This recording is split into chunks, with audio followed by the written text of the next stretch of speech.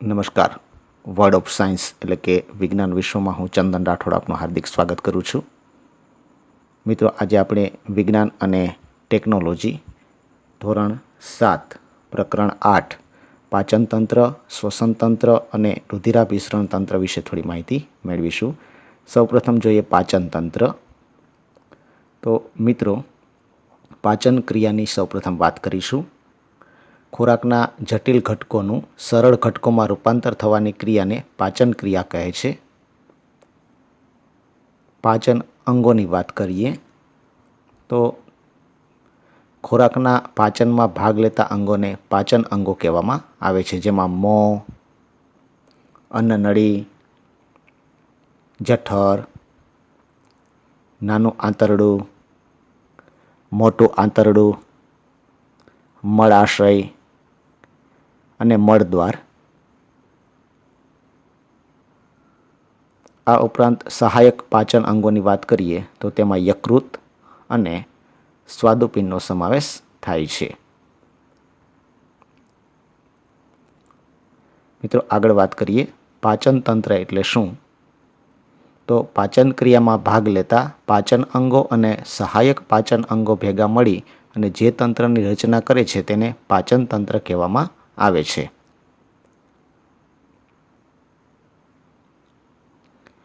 સૌપ્રથમ પાચન તંત્રની શરૂઆત મોંથી થાય છે.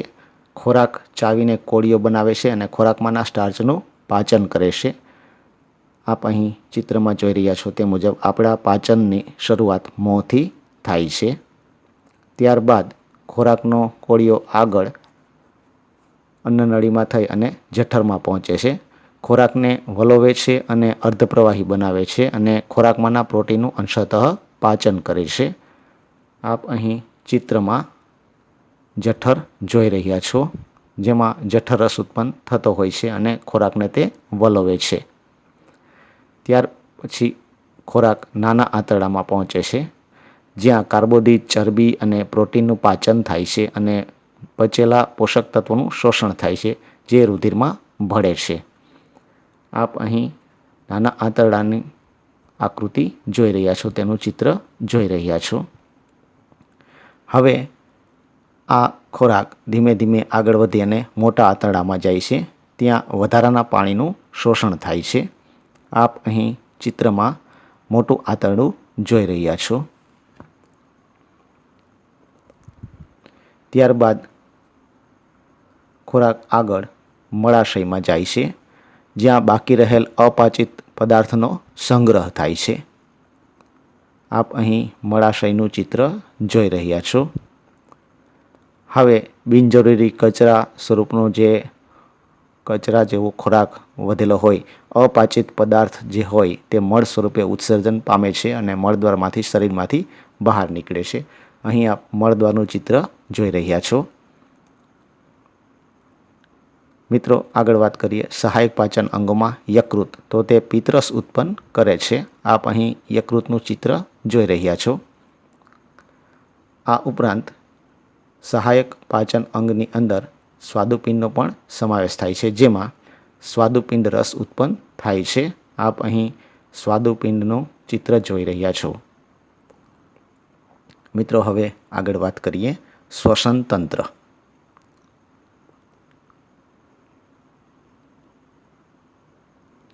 તો શ્વસન તંત્ર એટલે શું. શ્વસનની ક્રિયામાં ભાગ લેતા અંગોથી રચાતા તંત્રને શ્વસન તંત્ર કહેવામાં આવે છે, જેમાં શ્વસન તંત્રની શરૂઆત નાકથી થાય છે. તે શ્વાસ લેવાની અને ઉશ્વાસ બહાર કાઢવાની ક્રિયા કરે છે. આપણા શ્વસન તંત્રની શરૂઆત નાક દ્વારા થાય છે. ત્યારબાદ શ્વાસ નળીનો સમાવેશ થાય. તે શ્વાસમાંની અને ઉશ્વાસમાંની હવાનું વહન કરે છે. નાક દ્વારા ખેંચાયેલી હવા શ્વાસનળી મારફત આગળ વધે છે, જે આપ અહીં ચિત્રમાં જોઈ રહ્યા છો. ત્યારબાદ શ્વાસ વાહિનીમાં તે હવા પ્રવેશે છે. તે મારફતે હવા બે ફેફસામાં વહેંચાઈ જાય છે. આપ અહીં ફેફસાનું ચિત્ર જોઈ રહ્યા છો. આ ઉપરાંત ફેફસાની અંદર શું પ્રક્રિયા થાય તેની વાત કરીએ તો ફેફસાની અંદર વાયુકોષ્ઠમાં આવેલી હવામાંથી ઓક્સિજન રુધિરમાં ભળે છે અને રુધિરમાંથી કાર્બન ડાયોક્સાઇડ વાયુકોષ્ઠમાં જાય છે. આમ ઓક્સિજન અને કાર્બન ડાયોક્સાઇડની લેવડ દેવડ ફેફસાની અંદર થાય છે, જે આપ અહીં ચિત્રમાં જોઈ રહ્યા છો. હવે વાત કરીએ ઉરોદર પટલ. તો તે ફેફસાને સંકોચવામાં અને વિસ્તરણ કરવામાં મદદરૂપ બને છે. આપ અહીં આકૃતિમાં જોઈ રહ્યા છો તે મુજબ ઉરોદર પટલ દ્વારા ફેફસાનું સંકોચન અને વિસ્તરણ થયેલું જોવા મળે છે, જે શ્વાસ અને ઉચ્છ્વાસ તરીકે ઓળખાય છે. મિત્રો, હવે વાત કરીએ રુધિરાભિસરણ તંત્ર. તેમાં સૌપ્રથમ જોઈએ રુધિરાભિસરણ એટલે શું. તો રુધિરનું શરીરમાં વહન થવાની ક્રિયાને રુધિરાભિસરણ કહેવામાં આવે છે. રુધિરાભિસરણ તંત્ર એટલે શું તેની વાત કરીએ તો રુધિરાભિસરણની ક્રિયા સાથે સંકળાયેલા અંગો વડે બનતા તંત્રને રુધિરાભિસરણ તંત્ર કહેવામાં આવે છે. રુધિરાભિસરણ તંત્રના અંગોની વાત કરીએ તો તેમાં હૃદય, ધમની, શિરા અને કેશિકાઓ રુધિરાભિસરણ તંત્રના મુખ્ય અંગો છે. હવે વાત કરીએ હૃદયની. તો હૃદય એ છાતીના પોલાણમાં સહેજ ડાબી બાજુએ આવેલું હોય છે. તે આપણા શરીરમાં પંપ જેવું કાર્ય કરે છે. આપ અહીં ચિત્રની અંદર જોઈ રહ્યા છો હૃદયનું સ્થાન, જે આપણા શરીરની અંદર એક પંપ જેવું કામ કરે છે અને આખા શરીરની અંદર રુધિરનું તે વહન કરે છે અને તેના માટે પ્રેશર આપે છે. આપ આ હૃદયની આંતરિક રચના જોઈ રહ્યા છો.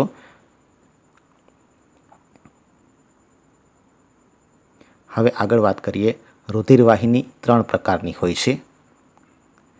એક ધમની, બીજો પ્રકાર છે શિરા અને ત્રીજો પ્રકાર છે કેશવાહિની.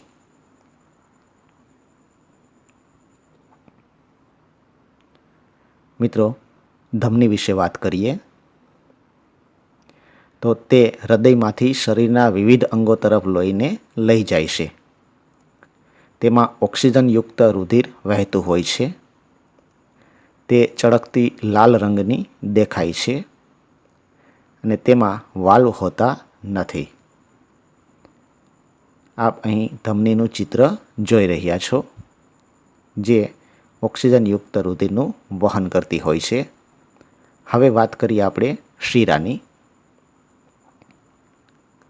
તો તે શરીરના વિવિધ ભાગોમાંથી રુધિરને હૃદય તરફ લઈ જાય છે.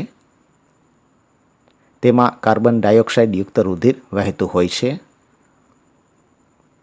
તે આછા લાલ રંગની દેખાય છે. તેમાં અર્ધચંદ્રાકાર વાલ્વ હોય છે. આપ અહીં શિરાનું ચિત્ર જોઈ રહ્યા છો, જેમાં વાલ્વ અને તેનું રુધિરનું વહન કરતા ચિત્ર જોઈ રહ્યા છો. આગળ વાત કરીએ રુધિરના ઘટકો. તો તેમાં સૌપ્રથમ રક્તકણોની વાત કરીએ તો લાલ રંગના આ કણો ઓક્સિજન અને કાર્બન ડાયોક્સાઇડનું વહન કરે છે. આપ અહીં ચિત્રમાં રક્તકણો જોઈ રહ્યા છો, જે રુધિરનું મુખ્ય ઘટક છે. આ ઉપરાંત શ્વેતકણોની વાત કરીએ તો સફેદ રંગના આ કણો શરીરનું રોગો સામે રક્ષણ કરે છે. અહીં ચિત્રમાં તમે શ્વેતકણો જોઈ રહ્યા છો. ત્યાર પછી વાત કરીએ ત્રાકકણોની. તો આ કણો રુધિર જામી જવાની ક્રિયામાં મદદ કરે છે. જ્યારે આપણને ઘાવ થયો હોય ત્યારે તેમાં રુધિર નીકળતું હોય, તે જામી જવાની ક્રિયામાં આ ત્રાકકણો ઉપયોગી છે. હવે વાત કરીએ રુધિર રસ, જેને ઇંગ્લિશમાં પ્લાઝ્મા કહેવામાં આવે છે. તો રુધિરમાં આ સિવાયના જે પ્રવાહી હોય તેને રુધિર રસ કહેવામાં આવે છે. આપ અહીં ચિત્રમાં રુધિર રસ જોઈ રહ્યા છો.